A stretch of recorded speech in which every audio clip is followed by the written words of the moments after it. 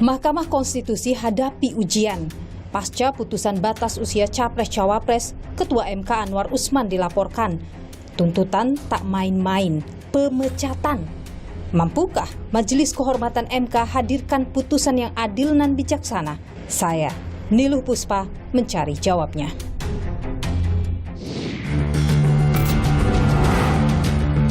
Berusia paling rendah 40 tahun atau pernah sedang menduduki jabatan yang dipilih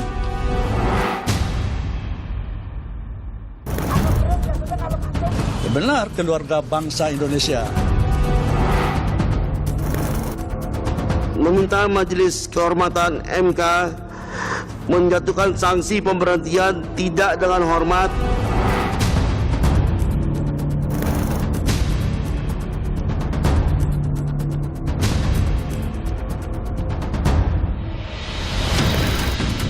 Saya sakit, tetapi tetap masuk, saya minum obat, saya tiduran.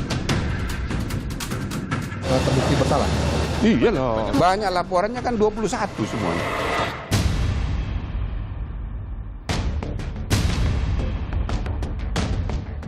Katakanlah sekarang, coba hilangkan misalnya nama Gibran dari perdebatan kita atau dari perbincangan kita. Ketika putusannya seperti ini, akan jadi perdebatan apa enggak? Secara politik mungkin tidak. Tapi secara hukum buat saya masih tetap perdebatan. Kenapa? Mengapa? Satu. Karena banyak yang menuntut Ketua MK Anwar Usman untuk mundur saja. Iya. Apakah itu diperlukan? Itu almost impossible ya. Hampir tidak mungkin. Tidak ada korelasi politik ya antara keputusan MK dengan intervensi dari istana, dalam hal ini Presiden Republik Indonesia Joko Widodo. Dan sanksi politik harus kena kalau itu terbukti. Sebaiknya memang proses pencawapresan Gibran Rakabuming Raka itu sebaiknya dihentikan. Mahkamah Konstitusi dirundung prahara. Putusan batas usia Capres-Cawapres diprotes banyak pihak. Putusan yang melenggangkan putra Jokowi, Gibran Rakabuming Raka, maju sebagai bacawa pres ini dinilai merusak konstitusi dan melanggar kode etik hakim. Mereka yang melaporkan Hakim MK Anwar Usman atas pelanggaran etik diantaranya tim advokasi peduli pemilu. Mereka melaporkan Anwar Usman atas 4 pelanggaran, melakukan perbuatan tercela, melanggar sumpah atau janji jabatan, tidak lagi memenuhi syarat sebagai hakim konstitusi, serta dinilai melanggar kode etik dan pedoman perilaku hakim konstitusi. Lalu ada Perhimpunan Bantuan Hukum dan HAM Indonesia. 5 hakim yang dilaporkan, Anwar Usman, Manahan Sitompul, Endi Nurbaningsih, Daniel Yusmik, dan Guntur Hamzah. 3 aspek yang disorot adalah aspek administrasi, aspek formil, serta material, dan pelanggaran etik hakim. Perekat Nusantara dan tim pembela demokrasi Indonesia, mereka melaporkan Anwar Usman dan 8 hakim MK lainnya ke Dewan Etik Hakim Konstitusi atas dugaan pelanggaran etik dan perilaku hakim konstitusi. Integrity Indrayana Center melaporkan Anwar Usman atas dugaan pelanggaran kode etik hakim. Tim Advokasi Peduli Hukum Indonesia melaporkan Anwar Usman dan 8 hakim MK ke Dewan Etik lantaran dinilai tidak objektif dalam perkara nomor 90 tahun 2023. Ada pula saudara, 16 guru besar hukum tata negara dan hukum administrasi negara melaporkan Anwar Usman karena diduga melakukan pelanggaran etik dan perilaku hakim konstitusi. Mereka didampingi oleh Pusat Studi Hukum dan Kebijakan Indonesia, Yayasan Lembaga Hukum Indonesia, Indonesia Corruption Watch, dan Indonesia Memanggil 57. Atas polemik yang terjadi, Majelis Kehormatan Mahkamah Konstitusi (MK-MK) pun dibentuk. MK-MK diketuai Jimli Asidiki, Ketua MK 2003-2008, Bintan Saragih, Dekan Fakultas Hukum Universitas Pelita Harapan, dan Wahiduddin Adams, Hakim Konstitusi 2014-2024. MK-MK telah bekerja sejak 26 Oktober 2023. Saksi-saksi diperiksa, diantaranya para pelapor, Ketua Mahkamah Konstitusi Anwar Usman, serta Hakim MK lainnya. Mereka, saudara, diperiksa secara terpisah. Oh, benar, keluarga bangsa Indonesia. Gitu. Terkait lobby itu gimana, Pak? Nggak ada tuh lobby gimana. Orang putusannya dibaca sendiri. Udah baca belum? Putusan sebelah. Ya udah. Oke. Udah. Klarifikasinya apa, Pak? Iya, Pak. Apa? Mundur. Yang menentukan jabatan milik Allah, Tuhan Yang Maha Kuasa. Ya.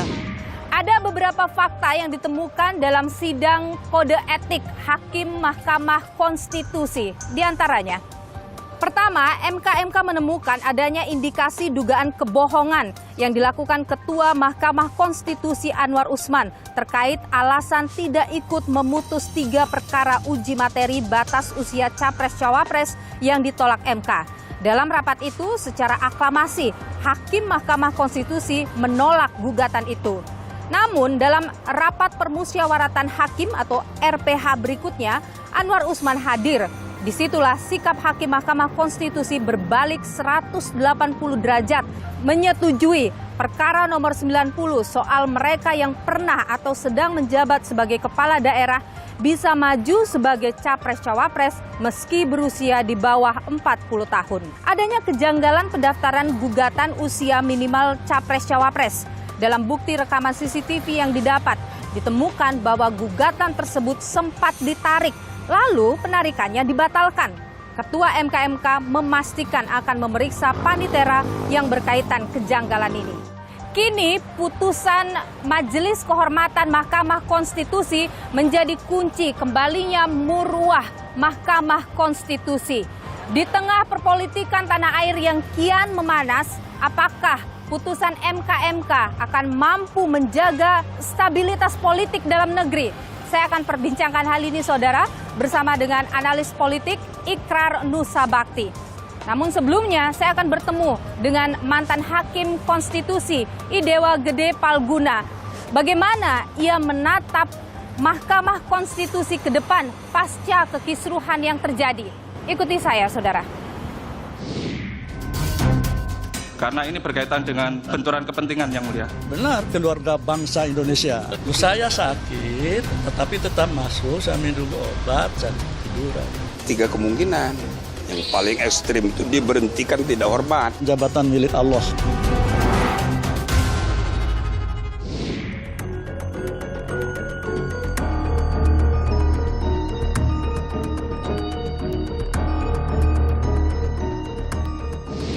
Saudara, proses terus berjalan di Mahkamah atau MK, saudara, terkait dengan dugaan pelanggaran etik oleh Hakim Konstitusi dalam memutus perkara nomor 90 soal batas usia Capres-Cawapres.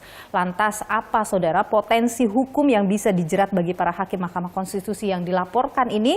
Dapatkah kemudian putusan MK ini nantinya akan mengembalikan kepercayaan publik dan juga marwah dari Mahkamah Konstitusi? Kita perbincangkan hal ini bersama saya sudah hadir Hakim Konstitusi 2003, 2008, dan 2015. 2 periode ya Pak ya?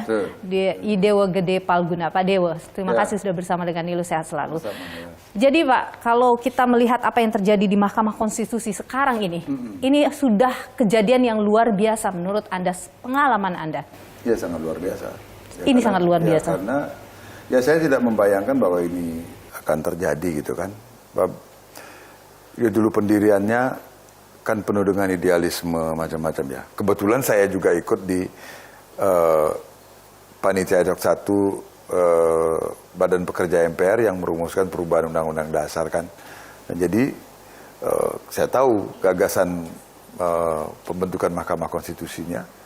Dan kemudian juga saya mengalami periode pertama ketika Mahkamah Konstitusi baru berdiri dan bagaimana semangatnya, bagaimana prinsip integriti yang hendak ditanamkan pada waktu itu.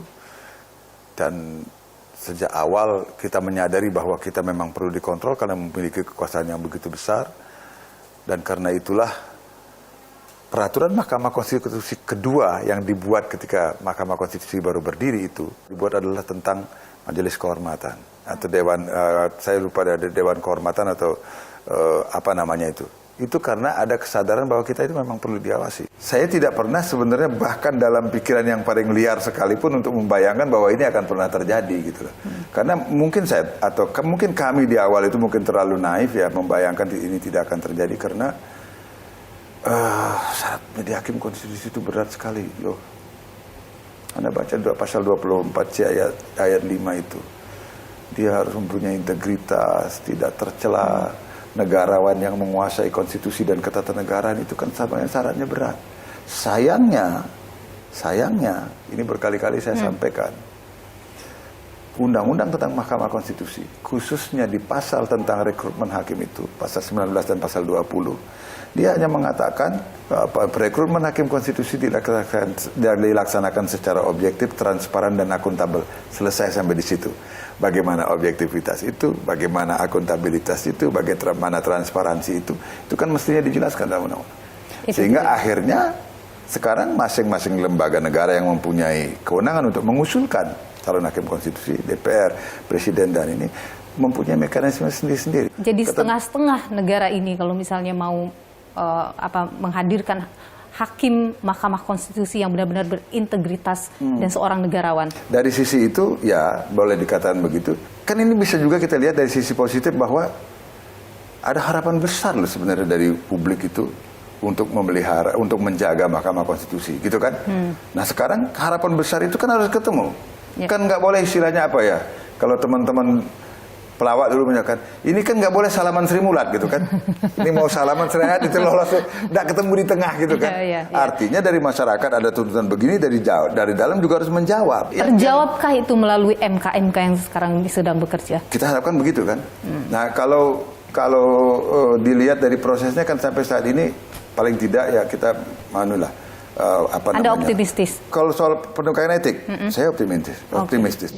Tapi Pak Dewa, kalau kita bicara soal batasan konflik kepentingan dalam memutus perkara di MK, itu sebenarnya seperti apa? Kalau kita bicara soal kasus ini misalnya, ini kan yang diputus itu berkaitan dengan keponakan.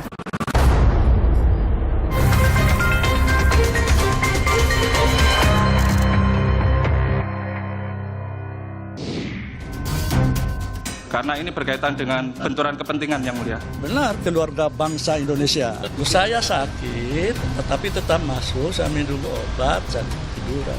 3 kemungkinan. Yang paling ekstrim itu diberhentikan tidak hormat. Jabatan milik Allah.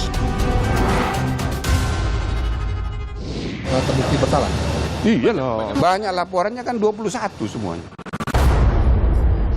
Berharap adalah keputusannya adalah terbaik. Kalau memang sanksi pelanggaran yang dilakukan berat dan memang dalam aturan itu yang berat itu memang harus dipecat, ya tidak apa-apa dipecat gitu. Kalau memang ini sudah fatal, maka sebaiknya Anwar Usman ini bisa diganti. Memang yang sangat setuju bagi saya adalah tentang persoalan konflik interest. Di mana-mana hakim yang ada kaitannya dengan keluarga dan sebagainya seharusnya memang tidak ngambil posisi itu. Dia harus yang lainnya mengambil. Ini juga menjadi perhatian kita semua. Tapi Pak Dewa, kalau kita bicara soal batasan konflik kepentingan dalam memutus perkara di MK, itu sebenarnya seperti apa? Kalau kita bicara soal kasus ini misalnya, ini kan yang diputus itu berkaitan dengan keponakan. Gini loh, kalau kita menentukan itu kan berkaitan dengan, kalau yang dalam istilah hukum itu disebut sebagai Verskoningsrecht ya, hak ingkar ya di kaitan itu. Nah, itu kan biasanya hubungan sedarah atau semenda sampai derajat kedua. Kalau kita strict pada definisi itu, ya nggak kena ke sana gitu kan.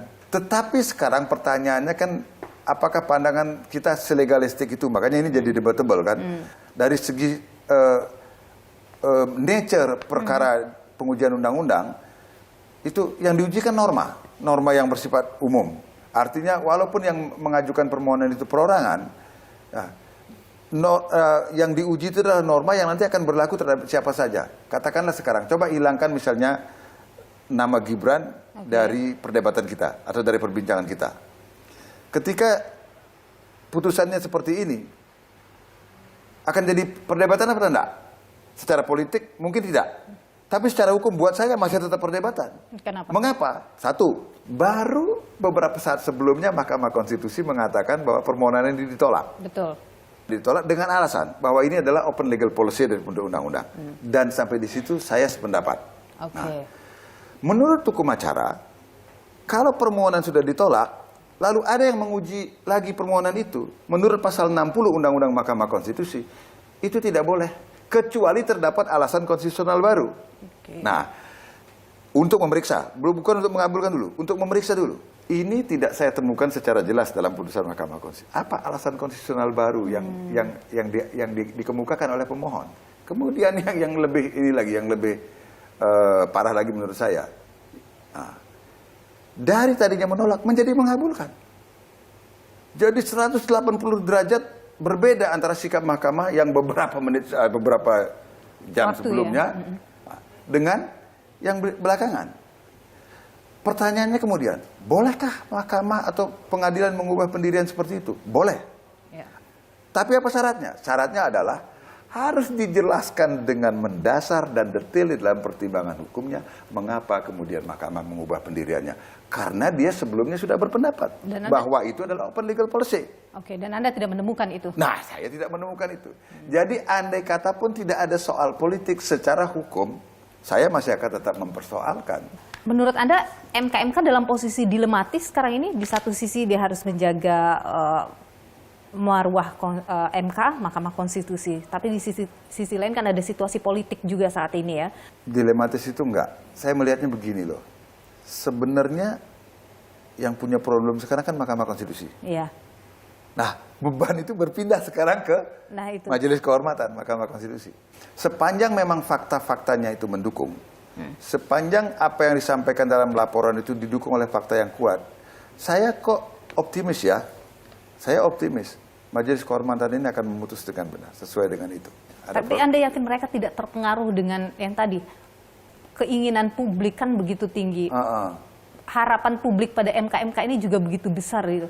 Apakah mereka Anda yakin tidak akan terpengaruh dengan itu dalam memutus nanti? Sebagai pressure gitu. Kalau dulu saya tapi ini saya ya, mungkin subjektif sekali sih. Kalau dulu saya anggap itu sebagai tambahan energi. Apalagi ini ada tekanan politik juga kan? Ya justru tambahan energi untuk memeriksa dengan sungguh-sungguh, gitu loh. Tambahan energi, artinya di luar itu begitu kuatnya loh orang menyoroti Mahkamah Konstitusi gitu loh. Tetapi kita juga tidak boleh, memutus karena tekanan publik. Pak Dewa, kalau kita bicara soal MK yang bekerja sebenarnya kan tidak sampai sebulan ya untuk kemudian melakukan itu, hal yang memang normal seperti itu, menyidangkan etik seperti ini dalam waktu kurang dari sebulan gitu. Kalau dalam pemeriksaan selama itu, misalnya, sekali lagi saya tidak tahu, fakta yang dibutuhkan oleh Majelis Kehormatan sudah lengkap, buat apa juga berlama-lama? Kalau kita mundur dan melihat lagi putusan perkara 90 itu, ada yang dissenting opinion, tapi ada juga yang kita boleh katakan dia setuju tapi tidak setuju karena kan berbeda pandangan ya soal jabatan itu. Nah itu sebenarnya masuk dalam kategori yang mana harusnya kalau seperti itu? Itu yang saya juga yang saya juga melihat kekeliruan ya. Mestinya yang jadi putusan yang mayoritas itu kan yang ketemu semua yang misalnya ini ya, yang disebut pendapat konkuring dan yang mengatakan bahwa penambahan syarat itu adalah yang pernah menduduki jabatan publik yang dipilih sampai di tingkat gubernur. Kan itu yang persamaannya 5 itu. Iya. Itu yang mestinya jadi putusan ini. Putusan tidak mayoritas. Bisa digabung ke... Artinya itu yang jadi... Dia masuk ke sana. Yang disepakati berlima kan itu. Iya. Karena yang sisanya yang lain kan yang sampai kepala daerah, kepala bupati atau wali kota itu kan berapa orang sih itu? 3 kan? 3. Yang 5 ini kan yang sampai tingkat gubernur, mestinya kan ini putusan yang mayoritas. Sekarang setelah kekisruhan yang terjadi ini, Anda sendiri bagaimana menatap MK ke depan? Bagaimana kita semua bisa menatap MK ke depan dengan cara yang sama seperti sebelumnya? Agak berat saya mengatakan ini, tetapi kan pepatah sekali lancung ke ujian itu seumur hidup orang tidak percaya itu kan jadi berlaku jadinya kan. Saya selalu ingin menyitir satu ungkapan dari seorang hakim terkenal yang mengatakan begini. Mengapa sesungguhnya masyarakat itu mau taat pada putusan hakim? tidak lain sebenarnya adalah ada dua. Cara ketika dia memutus dan yang kedua pertimbangan hukumnya. Cara memutus itu maksudnya itu waktu memeriksa di pengadilan dia menampakkan imparsialitas enggak? Dia mendengarkan secara seimbang kedua belah pihak enggak? Dia memperlakukan para pihak secara patut atau tidak? Ada kecenderungan dia sudah bias dalam pandangannya atau tidak? Itu akan dilihat oleh publik. Maka salah satu prinsip penting dalam General Principles of Judicial Conduct itu mengatakan keadilan itu bukan hanya harus ditegakkan, tetapi harus benar-benar terlihat bahwa dia ditegakkan. Terakhir singkat, karena banyak yang menuntut Ketua MK Anwar Usman untuk mundur saja. Ya. Apakah itu diperlukan? Saya harus mengutip ucapan Immanuel Kant.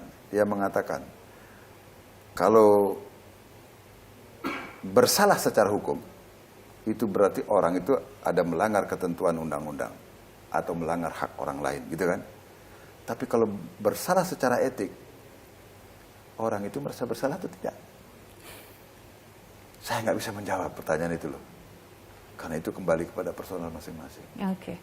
Gitu.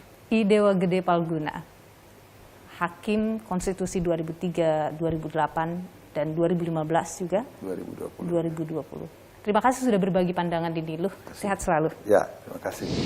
Bagaimana kalau, ini kan Prof. Jimli, Ketua MK sempat menyebutkan juga, ya bisa saja, kemungkinan saja, atau mungkin saja bisa membatalkan putusan itu. Yang kemudian akhirnya kan kalau misalnya itu dibatalkan, ya Gibran tidak bisa maju gitu. Bagaimana tuh? Apa yang sudah disiapkan?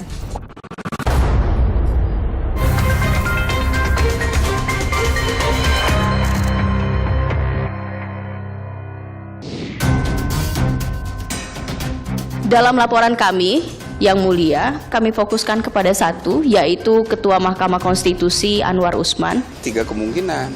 Yang paling ekstrim itu diberhentikan tidak hormat. Jabatan milik Allah. Kalaupun dirasa beliau ini, Ketua MK yang sekarang menjabat ini memang bersalah dan menyalahi kode etik, ada baiknya memang beliau langsung dipecat dari jabatannya. 16 guru besar hukum tata negara dan hukum administrasi negara melaporkan Anwar Usman atas pelanggaran etik. Apa yang menjadi kegelisahan dari teman-teman ini dan juga saudara, apa putusan sidang MK yang kemudian nanti diharapkan? Kita perbincangkan hal ini bersama saya sudah hadir Bivitri Susanti, akademisi dari Sekolah Tinggi Hukum Indonesia Jentera yang juga adalah salah satu pelapor dari Ketua MK Anwar Usman. Mbak Bibip, terima kasih sudah bersama Niluh, sehat selalu. Apa sebenarnya yang menjadi kegelisahan dari teman-teman akademisi sampai kemudian ikut melaporkan Ketua MK ini? Tentu saja kami kan sebagai akademisi ada tanggung jawab intelektual. Dan itu yang sebenarnya sangat-sangat mendorong kami, karena bayangkan bahwa kami itu masih harus mengajar bahwa MK itu idealnya adalah penjaga konstitusi, the guardian of the constitution, penjaga hak asasi manusia dan lain sebagainya, yang kami harus sampaikan secara teoritis, tapi kemudian kenyataannya sangat jauh berbeda sekarang. Tapi lebih dari itu, kami juga sebenarnya tentu saja menyimpan harapan yang besar sekali bahwa jalur Mahkamah Konstitusi itu sebenarnya jalur yang sangat baik untuk menyelesaikan konflik-konflik politik dan sosial. Jadi kalau dia sudah tercemar oleh politik seperti yang sekarang tengah berlangsung, harus ada pembenahan. Dan pembenahannya tidak bisa berhenti hanya dalam diskusi, tapi juga harus ada aksi konkretnya. Nah, MK-MK ini kami lihat sebagai forum yang tersedia dan sangat bisa dimanfaatkan. Jadi kami juga masuk ke situ supaya konkret dorongan. Tapi Anda optimis bahwa MK-MK ini nantinya bisa mengambil keputusan yang paling bijaksana dengan waktu yang sangat singkat ini? Ya, kami masih mau optimis, walaupun banyak catatan. Tapi apa saja itu catatannya? Catatannya misalnya faktanya kan MK-MK ini tidak ideal ya, karena MK-MK ini dilantiknya saja oleh Ketua MK yang sebenarnya dipersoalkan. Idealnya sebuah lembaga pengawas seperti ini, dia independensinya harus kuat, jadi dia harus terpisah, tidak hanya tidak dilantik oleh lembaganya sendiri, tapi MK-MK yang sekarang kan juga menurut undang-undang harus ada satu hakim aktif, Pak Wahidudin Adams dalam hal ini. Terlepas dari siapa hakimnya, tapi kan berarti ada koneksi dengan lembaga yang diperiksa.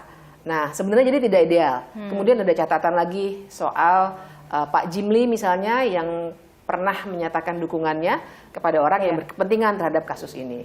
Catatan-catatan itu kami perhatikan, tapi bagaimanapun kami melihat ini memang cara forum legal yang tersedia. Adakah mungkin juga kekhawatirannya sama dari Anda bahwa soal posisi MK ini yang nampaknya dilematis kalau saya katakan ya. Di satu sisi MK dibentuk untuk menjaga kehormatan dan marwah Mahkamah Konstitusi, tapi di sisi lain ini ada masalah pemilu di dalam, kita tentu bicara soal kestabilan politik. Ada kekhawatiran di sisi itu dari Anda dan kawan-kawan juga? Dilema itu benar sekali ada. Misalnya kami mengapresiasi 3 majelis, anggota majelis memutuskan untuk mengikuti jadwal, misalnya ya tanggal 7 dijanjikan untuk diputus. Tapi kan itu juga berarti hitungan-hitungan politiknya sudah masuk ke radar mereka. Jadi di satu sisi bagus, tapi ya kami juga punya kekhawatiran hitungan politik itu sampai pada sanksi apa yang mau diberikan. Maksudnya kalau sanksinya tentu saja kami menginginkan yang terberat. Jadi bukan teguran, tapi memang pemberhentian dengan tidak hormat. Karena menurut kami derajat kerusakan, jadi ukurannya itu derajat kerusakan yang dihasilkan itu sangat berat. Bahkan ada di Undang-Undang Kekuasaan Kehakiman menyatakan pada prinsipnya kalau ada hakim yang punya benturan kepentingan dan dia tidak mengundurkan diri, putusannya tidak sah. Saya juga ingin sekali ada terobosan di bagian pertimbangan dan jadi bukan sekedar sanksi. Misalnya saja kalau, dan ini kami masukkan juga sebagai bagian dari dokumen pendukung yang kami sampaikan, sebenarnya bisa MK memberikan pendapat bahwa putusan ini sebenarnya, putusan 90 ini sebenarnya tidak sah, sehingga meminta MK untuk memeriksa kembali. Karena sudah ada perkara yang masuk kan, yang mempersoalkan pasal 169 huruf Q ini, udah ada lagi yang masuk 3. Mungkin akan ada lagi. Nah itu sebenarnya bisa digunakan oleh MK untuk jadi jalan masuk untuk mengoreksi dalam tanda kutip ya, mengoreksi putusan tersebut. Bivitri Susanti, terima kasih sudah berbagi pandangan di Niluh, sehat selalu. Terima kasih. Yaitu keputusan untuk mendukung dan mengusung Bapak Prabowo Subianto sebagai calon bakal presiden dan Mas Gibran Rakabuming Raka sebagai calon wakil presiden. Dikabulkannya batas usia Capres-Cawapres oleh Mahkamah Konstitusi membuat langkah Gibran Rakabuming Raka untuk maju sebagai bacawa pres dari Prabowo Subianto berjalan dengan mulus. Saudara, Partai Golkar yang pertama kali mendeklarasikan nama Gibran. Seperti apa kemudian Partai Golkar melihat kekisruhan yang terjadi di Mahkamah Konstitusi sekarang yang saat ini berada di MKMK atau Majelis Kehormatan Mahkamah Konstitusi? Kita perbincangkan bersama dengan Ketua DPP Partai Golkar yang juga adalah Ketua DPD Golkar Jawa Barat, ada Aceh Hasan Sadzili. Kang Aceh, terima kasih sudah bersama Niluh, sehat selalu ya Kang Aceh. Kang Aceh, ada masyarakat yang menganggap bahwa Jokowi terlalu banyak cawe-cawe, termasuk putusan Mahkamah Konstitusi ada campur tangan Pak Jokowi. Tanggapan Anda? Saya kira itu baru dugaan ya. Dan saya meyakini bahwa Presiden Jokowi sebagai eksekutif tentu tidak bisa mengintervensi terhadap yudikatif. Meskipun itu ketuanya adalah ipar dari Pak Jokowi. Ya, kita tidak bisa memungkiri bahwa beliau adalah iparnya Presiden Jokowi. Tapi kan kita tahu juga bahwa di Mahkamah Konstitusi itu ada 9 hakim yang lain. Terlepas dari apapun, proses judicial review terhadap persyaratan capres maupun calon wakil presiden di Mahkamah Konstitusi menurut saya telah melalui proses pengkajian dari berbagai macam pertimbangan yang dilakukan oleh Mahkamah Konstitusi, dan kita harus hormati keputusan tersebut terlepas puas atau tidak puas terhadap keputusan tersebut. Gitu. Bagaimana kalau, ini kan Prof. Jimli, Ketua MKMK sempat menyebutkan juga, ya bisa saja, kemungkinan saja, atau mungkin saja bisa membatalkan putusan itu. Yang kemudian akhirnya kan kalau misalnya itu dibatalkan, ya Gibran tidak bisa maju gitu. Bagaimana tuh? Apa yang sudah disiapkan? Hukum itu ada karena untuk memberikan kepastian. Ya. Kalau produk hukum itu menimbulkan ketidakpastian, maka nanti proses hukum kita bisa chaos. Jadi karena itu saya tidak mau berandai-andai. Saya tetap merujuk kepada konstitusi kita, Undang-Undang Dasar 1945 yang mengatakan bahwa yang namanya hasil dari keputusan Mahkamah Konstitusi itu adalah final dan mengikat. Jadi sampai dengan sekarang masih stick dengan Gibran sebagai wakil Prabowo. Ya itu keputusan Rapimnas. Tapi tentu kita harus hormati. Ada hak angket juga ya dari kawan Anda di PDIP? Ya. Ada pengajuan gitu. Angket ini untuk siapa? Yang saya tahu sebagai anggota DPR, hak angket itu ditujukan bagi pemerintah. Apa yang dilakukan oleh pemerintah terkait dengan Mahkamah Konstitusi? Karena Mahkamah Konstitusi itu adalah cabang kekuasaan yudikatif pada ranah konstitusi. Tidak ada kaitannya dengan pemerintah gitu loh. Jadi menurut Anda kenapa sampai keluar statement begitu? Ya saya nggak tahu, tanyakan kepada Bang Masinton gitu ya. Aceh Hasan Sadzili, Ketua DPP Partai Golkar yang juga adalah Ketua DPD Golkar Jawa Barat. Terima kasih sudah berbagi pandangan di Niluh. Sehat selalu, Kang Aceh. Sebaiknya memang proses pencawapresan Gibran Raka Buming Raka itu sebaiknya dihentikan.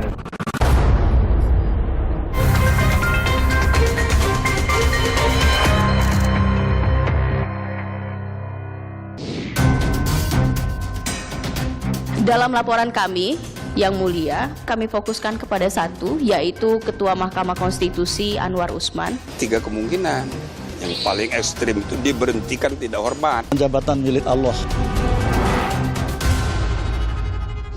Serta membangun juga stabilitas politik yang baik, dan juga menurut saya sendiri terkait putusan tersebut tidak ada suatu permasalahan, karena diharapkan juga suatu saat nanti anak-anak muda yang tidak terbatas dengan usia, jika memang dia mampu serta berkompeten dan bisa untuk memimpin negeri ini, ya kenapa kita tidak memberikan jalan. Saudara, putusan Mahkamah Konstitusi terkait batas usia Capres-Cawapres mengubah peta politik tanah air. Putra sulung Jokowi, Gibran Raka Buming Raka, melenggang dalam bursa Pilpres 2024 meski penuh dengan sentimen negatif. Bagaimana saudara dampak dari putusan MK terhadap perpolitikan Indonesia ke depan? Kita perbincangkan hal ini. Bersama saya sudah hadir Guru Besar Riset Politik LIPI 1984 hingga 2017, Profesor Ikrar Nusa Bakti. Pak Ikrar, terima kasih sudah bersama Niluh. Sehat selalu, Prof. Terima kasih. Assalamualaikum, selamat malam Mbak Niluh. Prof, jadi kalau Anda melihat putusan MK dalam perkara batas usia Capres-Cawapres ini, seperti apa ini memengaruhi perpolitikan dalam negeri, Prof? Ya, jadi kalau kita lihat ya, upaya untuk menjadikan Gibran sebagai calon wakil presidennya Prabowo Subianto itu bukan impian semusim ya, tapi itu adalah suatu proses yang memang dipersiapkan lama ya. Kenapa demikian ya? Sebab kalau kita perhatikan usulan-usulan untuk mengubah batas usia Capres dan Cawapres itu bukan kemudian ujuk-ujuk 3 hari menjelang penetapan calon presiden dan wakil presiden, tapi di harinya itu kan sebetulnya dari bulan Agustus atau bahkan lebih dari itu ya. Dan kemudian karena tahu bahwa batasan usia itu tidak bisa diubah, makanya kemudian dimasukkanlah usulan yang kira-kira bukan cuma batas usia tapi atau misalnya tambahan frase atau pernah menjadi pejabat di daerah melalui hasil pemilihan umum ya. Makanya kemudian itulah yang diterima oleh Mahkamah Konstitusi, walaupun juga penerimaan itu sendiri kan kalau kita lihat dari hasil votingnya itu kan masih juga dipertanyakan ya.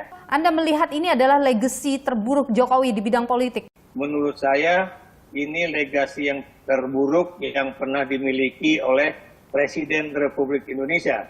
Kenapa demikian ya? Karena beliau berupaya untuk melakukan rekayasa-rekayasa politik ya, rekayasa-rekayasa hukum ya, supaya sang anak sulung beliau yaitu Gibran Raka Buming Raka itu bisa menjadi calon wakil presiden ya. Ini menurut saya tidak bisa diterima dengan akal sehat. Tapi ya. kalau Anda melihat sentimen negatif dari pasca putusan itu besar memang ya, Prof?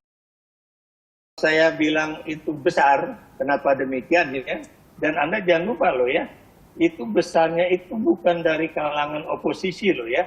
Itu besarnya itu justru dari orang-orang yang sebagian besar itu adalah pendukung Presiden Jokowi sendiri ya. Saya beri contoh misalnya dari Mas Gunawan Muhammad ya, dan kemudian juga dari misalnya Butet Kertarajasa ya, termasuk saya sendiri yang dulu boleh dikatakan mengidolakan Presiden Jokowi ini, yang saya anggap akan bisa menjadi sosok presiden yang memberikan legasi yang akan sangat baik bagi Indonesia menuju 2045 itu ya. Kalau nanti terbukti ada kesalahan yang terjadi atau ada kesalahan prosedur yang dilakukan, ada pelanggaran etik yang dilakukan, bisakah ada juga sanksi politik yang dikenakan begitu? Itu almost impossible ya, hampir tidak mungkin, tidak ada apa istilahnya korelasi politik ya antara keputusan MK dengan intervensi dari istana, dalam hal ini Presiden Republik Indonesia Joko Widodo gitu. Kalau beliau mengatakan saya nggak intervensi, saya tidak menghubungi, menurut saya hampir nggak mungkin. Masakan di dalam proses itu tidak ada hubungan sama sekali antara kakak ipar dengan adik iparnya gitu. Jadi itu yang makanya banyak orang percaya ya bahwa patut diduga ya atau hampir pasti bahwa memang proses di Mahkamah Konstitusi itu ada juga proses politik di belakangnya, proses nepotisme di belakangnya, sehingga kemudian putusannya keluar seperti hal yang kita baca sekarang. Begitu. Oke. Dan sanksi politik harus kena kalau itu terbukti? Kalau menurut saya memang harusnya yang namanya KPU ya atau koalisi, daripada menimbulkan problem yang lebih besar lagi di Indonesia kini dan masa depan, sebaiknya memang proses pencawapresan Gibran Rakabuming Raka itu sebaiknya dihentikan gitu kan. Kenapa demikian ya? Karena ini akan memberikan presiden yang sangat buruk ya di dalam ketatanegaraan kita ya, di mana seorang anak presiden yang belum cukup umur untuk menjadi calon wakil presiden dan kemudian maju melalui proses Mahkamah Konstitusi yang dipertanyakan ya, dan kemudian akhirnya misalnya itu menjadi contoh juga bagi generasi muda kita ya, bahwa ternyata untuk berpolitik itu tidak harus memegang moral dan etika politik yang ada. Baik, Pak Profesor Ikrar Nusa Bakti, Guru Besar Riset LIPI 1984 hingga 2017. Terima kasih atas pandangan Anda di Niluh. Sehat selalu, Prof. Ikrar. Terima kasih, selamat sore, selamat malam, dan sehat selalu juga buat Mbak Niluh. Demi mewujudkan pemilu yang berkualitas dan demokratis, netralitas pemerintah dan juga penyelenggara pemilu wajib dijunjung tinggi. Mampukah hal itu dilakukan? Berikut ulasannya.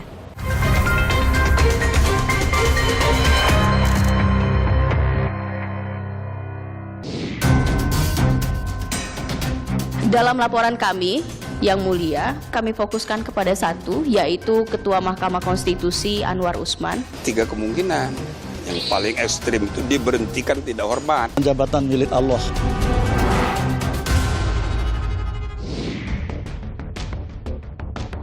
Pasca putusan Mahkamah Konstitusi, jalan politik putra sulung Presiden Joko Widodo, Gibran Rakabuming Raka nampak kian mulus. Netralitas Presiden Jokowi pun diuji.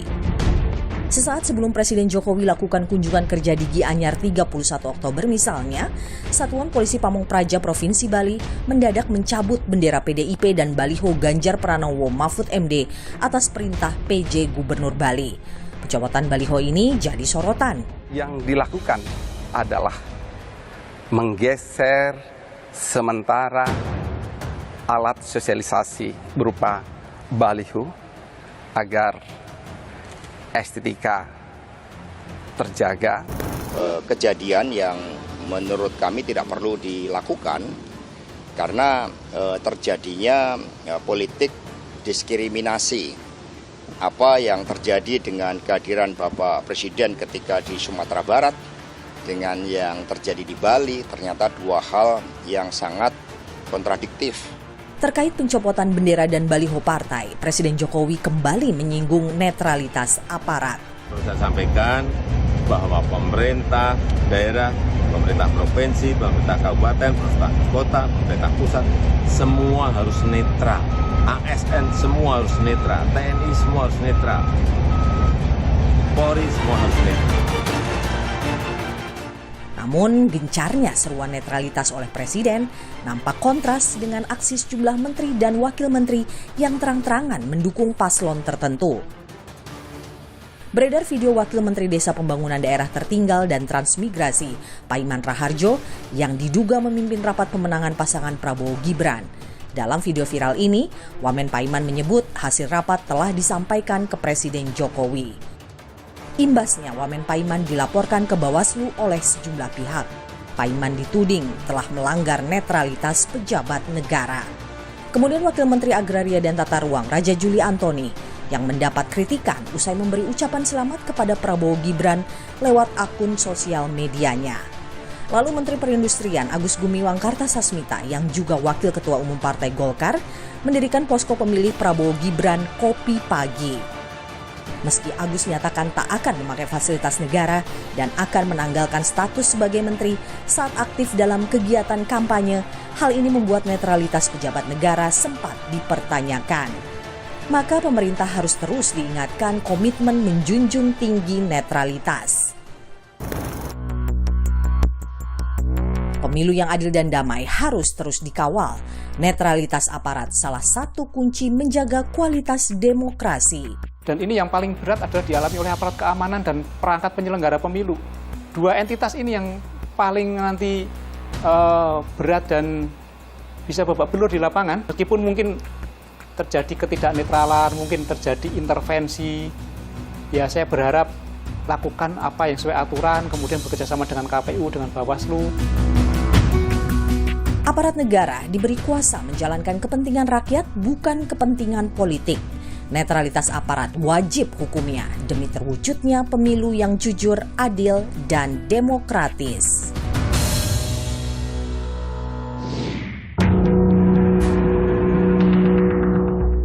MK adalah penjaga terakhir konstitusi negara Indonesia.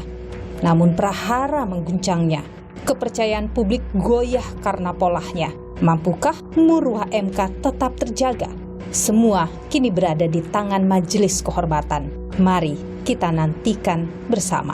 Ikuti terus perkembangan informasi pemilu hanya di Kompas TV, independen, terpercaya. Saya, Niluh Puspa, sampai jumpa.